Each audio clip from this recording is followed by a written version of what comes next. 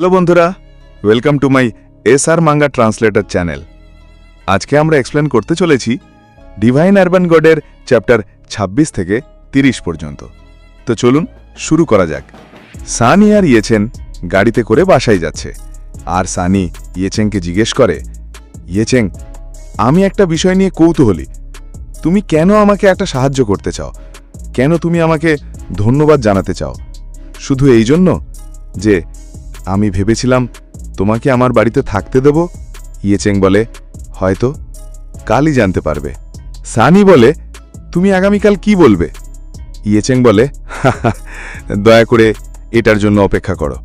সানি বলে, ইয়েচেং, আমার খুব ঠান্ডা লাগছে, গাড়ির এয়ার কন্ডিশনিং সম্ভবত কাজ করছে না। ইয়েচেং অনুভব করে বলে, কিলিং কিউবি? ইয়েচেং বলে, কেন জিজ্ঞেস করো না, আমি এরপর যা বলবো তার প্রতিটি কথা তোমাকে শুনতে হবে। ইয়েচেং গাড়ির দরজা খুলে বাইরে যেতে দেখে সানি বলে, ইয়েচেং, তুমি কি করতে চাও? ইয়েচেং বলে, প্রথমে আমি গাড়ি থেকে নামার পর তুমি তাৎক্ষণিকভাবে পূর্ণ গতিতে অ্যাপার্টমেন্টে ফিরে যাও। থামো না, তুমি যাই শোনো না কেন, যাই দেখো না কেন, থামো না, শুধু ফিরে যাও। সানি বলে, ঠিক আছে। আর ইয়েচেং বলে, দ্বিতীয়ত, যখন তুমি বাড়ি ফিরে আসবে আমার মোবাইল ফোনটি নিয়ে আমার ঘরে লুকিয়ে থাকবে। তৃতীয়ত, যোগাযোগের রেকর্ডের সর্বশেষ নম্বরটি ডায়াল করতে আমার মোবাইল ফোনটি ব্যবহার করো।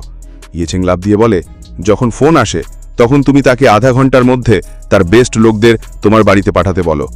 যদি কেউ আধা ঘন্টার মধ্যে ঢুকে পড়ে তাহলে তুমি প্রতিরোধ করবে না, বরং আত্মসমর্পণ করবে এবং আমি তোমাকে উদ্ধার করার জন্য অপেক্ষা করবে। ইয়েচেং বাইরে বের হয়ে দাঁড়িয়ে থাকে। ইয়েচেং মনের মধ্যে বলে, মার্শাল আর্টিস্টদের মধ্যে লড়াই সাধারণ মানুষের পক্ষে সামলানো খুব কঠিন। সানিও যদি আমার সাথে থাকে তবেই সে আরও বিপদে পড়বে। একা লড়াই করা অসম্ভব বলে মনে হচ্ছে, নিজের জন্য লড়াই করা আরও সুবিধাজনক। গাড়ি থেকে দুইজন লোক বের হয়, আর ইয়েচেন বলে, আমার প্রতিপক্ষের সাথে দেখা করাটা খুব কঠিন। যদিও এই ড্রাইভার অনুশীলন করেছে, এটা কিছুই না।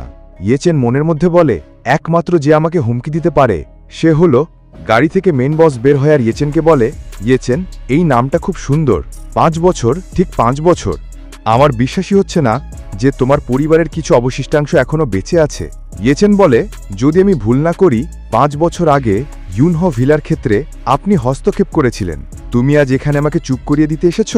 বস বলে, হা হা হা হা হা, তোমাকে মেরে ফেলার জন্য তুমি একজন পুরুষের অপচয়। আর তুমি কি আমার দ্বারা চুপ থাকার যোগ্য? তুমি নিজেকে নিয়ে খুব গর্বিত। হা হা হা। হুয়াংকিং, এটা করো। গাড়ির ড্রাইভারকে বলে, ইয়েচেনকে মারার জন্য। হুয়াংকিং সামনে এগোতে থাকে, আক্রমণ করে বলে, মরে যাও। ইয়েচেন সেই আক্রমণ দেখে চুপ থাকে, কিছুটা পেছনে চলে আসে, আর হুয়াংকিংয়ের আক্রমণ অকেজো হয়ে যায়। বস দেখে বলে, তুমি সত্যিই। আর ইয়েচেন হুয়াংকিংয়ের মুখে অনেক জোরে ঘুষি মারে। মারার পর ইয়েচেন বলে, খুবই দুর্বল। হুয়াংকিং বসের সামনে পড়ে। বস দেখে বলে, নষ্ট, তোমাকে সুযোগ দেওয়াটা বৃথা। ইয়েচেন বলে, ভাবো না সে এত সহজে মরতে পারবে যতটা সে করেছিল। বস ইয়েচেনের শক্তি দেখে বলে, রক্তপিপাসু বাছা, 5 বছরের প্রশিক্ষণে তুমি অনেক কিছু অর্জন করেছ। আজ আমি ইয়াওজিংহু তোমাকে মেরে ফেলব। ইয়েচেন বলে, তুমি খুব বেশি কথা বলো। বস বলে, 5 বছর আগে আমি সেই ব্যক্তি যে তোমার পুরো পরিবারকে হত্যা করতে লোকদের নেতৃত্ব দিয়েছিলাম। বস ইয়েচেনকে বলে, হুয়াংকিং হুয়া জিনের থেকে মাত্র 1 ধাপ এগিয়েছিল, আর 1 আঘাতেই সে মারা গেল। তার মানে তোমার এখনও কিছু দক্ষতা আছে, কিন্তু এখানেই সব শেষ। ইয়েচেন বলে, তুমি কি বলতে চাইছো? বস বলে, তুমি আমার কুকুর হলে কেমন হবে? হুয়াংকিং একজন ভালো অধ্যস্তন, এখন যেহেতু তিনি মারা গেছেন তোমাকে তার জায়গা নিতে হবে। ইয়েচেন বলে, উফ, তুমি নিজেকে খুব বেশি ভাবো, তোমার ট্র্যাশ কুংফু দিয়ে হেরে গেছো। ইয়েচেনের পিছনে অনেকগুলো ভূতের মতো আত্মা বের হয়, এবং ইয়েচেন বলে, হ্যাঁ, তুমি কখন থেকে ভাবতে শুরু করলে আমি কি তোমার চেয়ে দুর্বল? বস ঘাবড়ে গিয়ে মনের মধ্যে বলে, আসলে গ্র্যান্ডমাস্টার স্তরের কাছাকাছি। ইয়েচেনের রূপ অনেক ভয়ঙ্কর লাগছিল।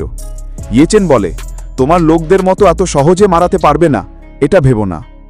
বস মনের মধ্যে বলে, অসম্ভব, চীনে এত তরুণ গ্র্যান্ডমাস্টার হতে পারে না।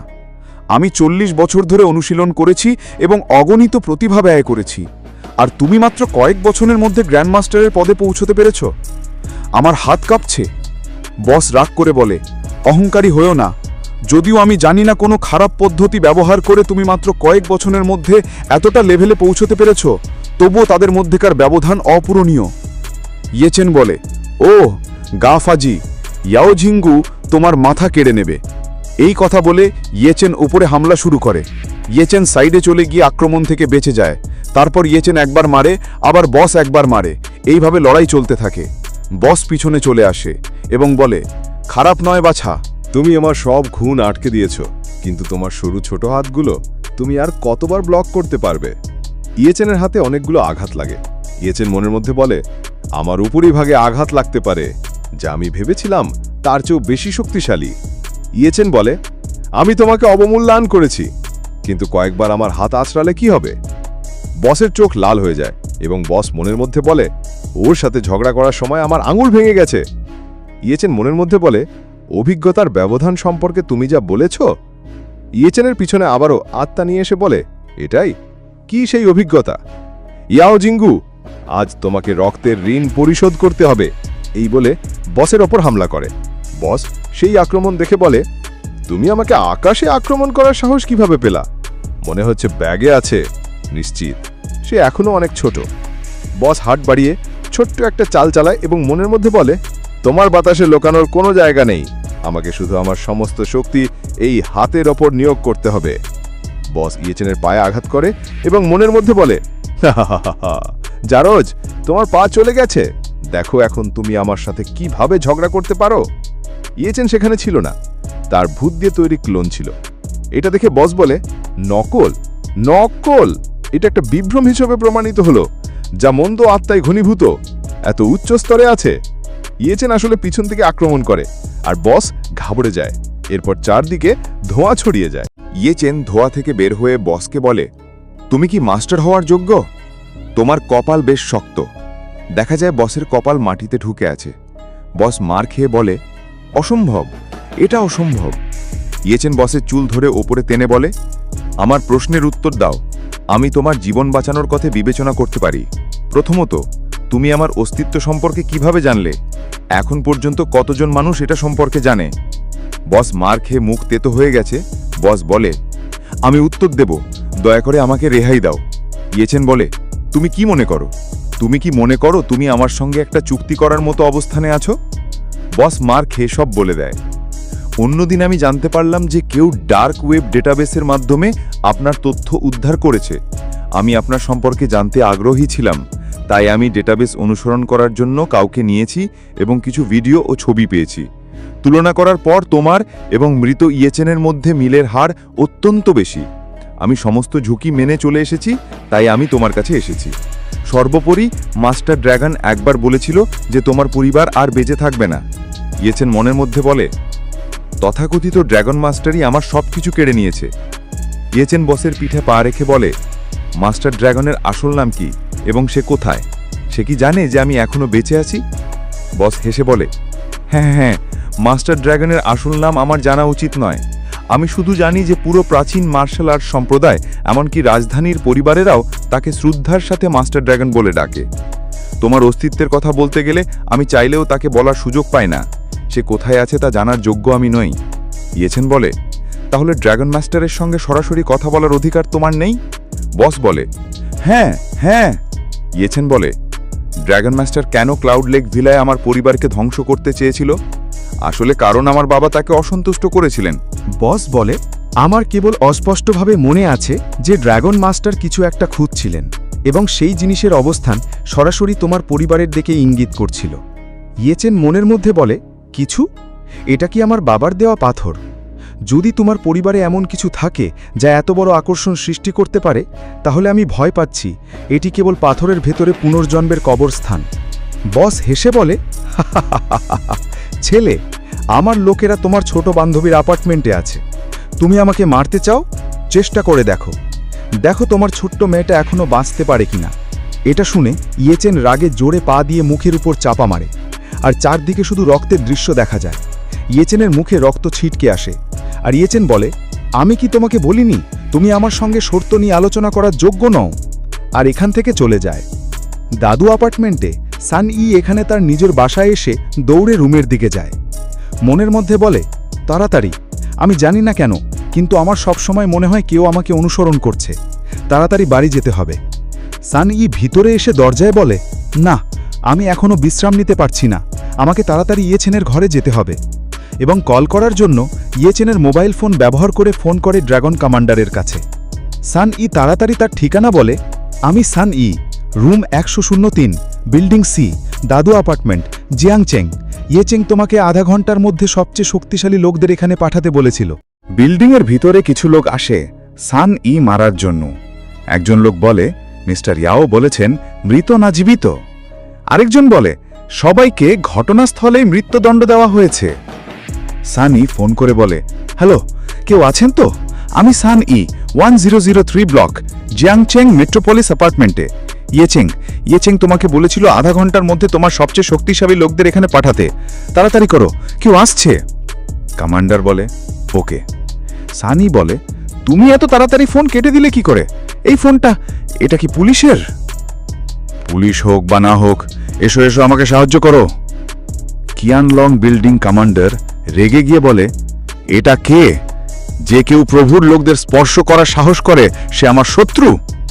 চিৎকার করে বলে, কেউ আছো? দুইজন লোক এসে বলে, দয়া করে অর্ডার দিন।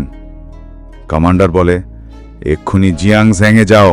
যদি ওই মহিলার কিছু হয়ে যায় তাহলে তুমি কাঁধে মাথা রেখে আমার কাছে আসবে না। দুইজন লোক বলে, হ্যাঁ প্রভু। কমান্ডার বলে, হেলিকপ্টার প্রস্তুত করো, আমি আজ রাতে জিয়াংঝ্যাংয়ে যেতে চাই।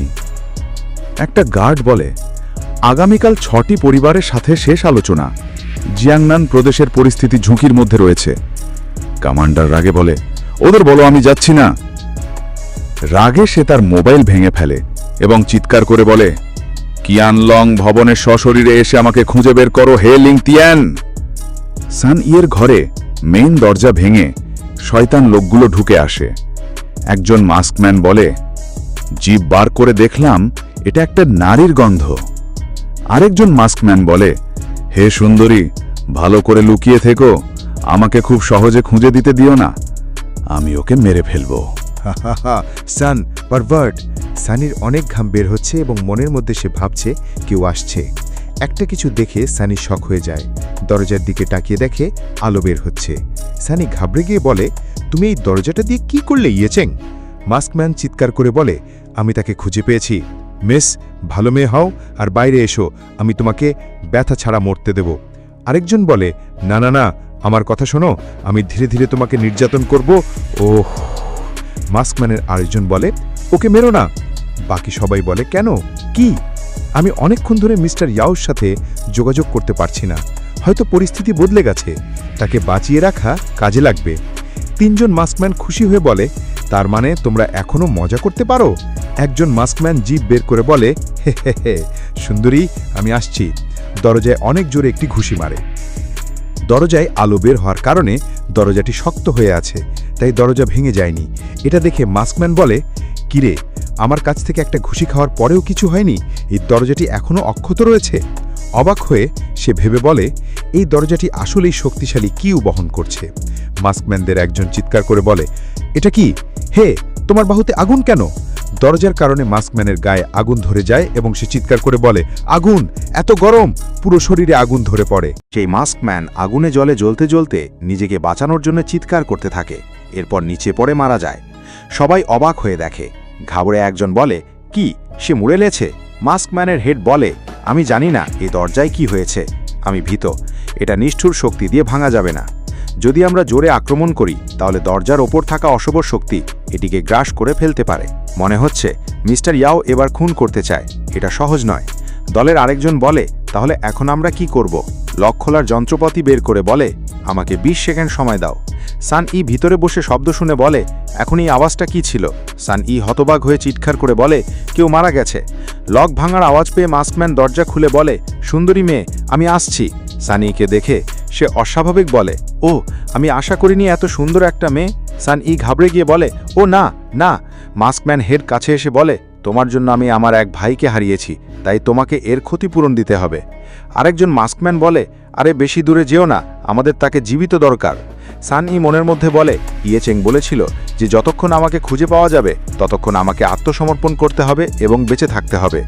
মাস্কম্যানের লোকেরা সান ইকে ধরতে যায়। সান ই ঘাবড়ে চোখ বন্ধ করে মনের মধ্যে বলে, ইয়েচেং আমাকে উদ্ধার করবে। হঠাৎ নিনজাদের মতো ছোট চাকু ছুরি মেরে মাস্কম্যানকে আটকাতে চায়, সেই চাকুটা মাস্কম্যানের মাথা ছিদ্র করে বেরিয়ে যায় এবং মাস্কম্যান মারা যায়। জানালা দিয়ে দুইজন লোক আসে, তাদেরই কমান্ডার পাঠিয়েছিল। এক গার্ড চিৎকার করে বলে, রাজা, জ্যাংনান ওয়ানোম্যানকে সরানোর সাহস কিভাবে পেলি? তুমি কি মরতে চাও? একজন মাস্কম্যান চিৎকার করে বলে, আমার ভাইকে হত্যার সাহস তোমার কিভাবে হলো? আরেকজন ভয় বলে, জ্যাংনান ওয়াং। যে মাস্কম্যান রাগে ছিলেন সে চিৎকার করে বলে, তুমি কে পরোয়া করে? তুমি কিভাবে আক্রমণ করার সাহস পেলি? হঠাৎ তার কথা থেমে যায়। পেছন থেকে আরেকটা গার্ড এসে মাথায় চাকু মারে। এই লোকটাকেও কমান্ডার পাঠিয়েছিল।